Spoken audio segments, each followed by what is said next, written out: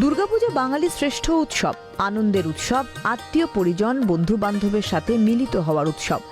দেবী দুর্গা তার সন্তান সন্ততি সমেত 5 দিনের জন্য স্বর্গ থেকে মর্তে আসেন। এই কদিন সকলেই সবকিছু ভুলে শুধু আনন্দে মেতে ওঠে। নতুন জামা কাপড়, পুজো প্যান্ডেলে ঘোরা, ভালো ভালো খাওয়া দাওয়া, নানা রকমের অনুষ্ঠান, আলোর রোশনাই সব মিলিয়ে 5 দিন একেবারে জমজমাট। সার্বজনীন পুজোর সাথে সাথে কতগুলি বিখ্যাত বনেদি পুজো পুজোর আকর্ষণকে আরো বাড়িয়ে তোলে। এরকমই একটি বিখ্যাত বনেদি বাড়ির পুজো প্রায় 500 বছরের প্রাচীন বীরভূমের মারগ্রামে মজুমদার বাড়ির পুজো। ঘোড়াসুরের আমলে চতুর্ভুজ হাতের অনুকরণে বীরভূমের মারগ্রামে মজুমদার বাড়ির দুর্গা প্রতিমা তৈরি, যার 4টি হাত। রানী ভবানীর আমলে এই পুজো প্রতিষ্ঠিত হয়েছিল বলে জানা যায়। আনুমানিক প্রায় 500 বছর আগের এই পুজো। একসময় অস্থায়ী মন্দির থাকলেও বর্তমানে কংক্রিটের মন্দির তৈরি করা হয়েছে। অষ্টম প্রজন্ম শ্রীমন্ত মজুমদারের হাতে এই পুজোর ভার পড়েছে।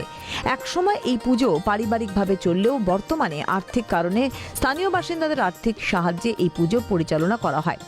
বর্তমানে এই পুজোয় বলিদান না হলেও ভোগে মায়ের মোচার বড়া ও মোচার রসা লাগে। পুজোর 3 দিন প্রতিদিন 8টা করে মোচা লাগে এই পুজোয়। 3 দিন গ্রামের লোকেদের খাওয়ানোর ব্যবস্থা করা হয় মারগ্রামে মজুমদার বাড়ির পুজোতে। বাড়ির পুজোয় মহিলারা সকাল থেকেই ব্যস্ত থাকেন পুজোর কাজে, খুদেরাও মেতে ওঠে আনন্দে। শোনা যায় যে ঘোড়াসুরের আমলে যে চতুর্ভুজ মূর্তি প্রতিষ্ঠা করে পুজো হয়েছিল, সেই অনুকরণ করে 4টে হাত তৈরি করে পুজো করা হচ্ছে মায়ের। মোটামুটি আনুমানিক 5 থেকে 600 বছর আগের পুজো, রানী ভবানীর আমলের পুজো।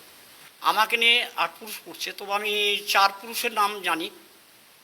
যজ্ঞেশ্বর মজুমদার, তার ছেলে হচ্ছে প্রাণবল্লভ মজুমদার, তার ছেলে হচ্ছে দ্বিজপদ মজুমদার, আর তার কনিষ্ঠ পুত্র আমি শ্রীমন্ত মজুমদার।